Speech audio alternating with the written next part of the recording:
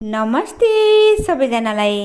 आज म हजुरहरूलाई रागी माल्ट बनाएर देखाउन गइरहेकी छु। रागी माल्ट भन्नाले कोदाको खोले। सबैभन्दा पहिला त हामीले एउटा भाँडोमा सक्खर राखेर पगाल्छौँ।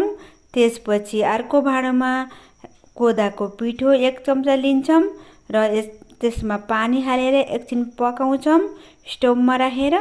पकाइसकेपछि थोरै बेरमा हामीले यो सक्खरको पानी फिल्टर गरेर राख्छौँ।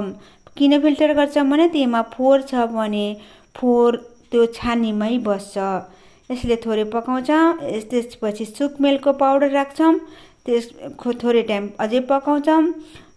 पाकिसकेपछि त्यसमा स्टोभ बन्द गरेपछि यसमा हामीलाई आवश्यक पर्ने दुध 1 गिलास 2 गिलास जति दुध राख्छौँ।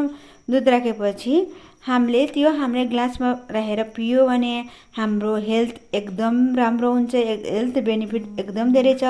सक्खरमा पोटासियम म्याग्नेसियम हुन्छ भने रागी भन्नाले कोदोमा क्याल्सियम आइरन र फाइबर हुन्छ भने दुधमा चाहिँ क्याल्सियम भरपुर मात्रामा छ। यसले हाम्रो शरीरको हाड मजबुत गर्नुको साथै ढाड दुख्ने समस्याबाट पनि बचाउँछ। बच्चादेखि बुढो मान्छेसम्म सबैलाई यो एकदम राम्रो हुन्छ।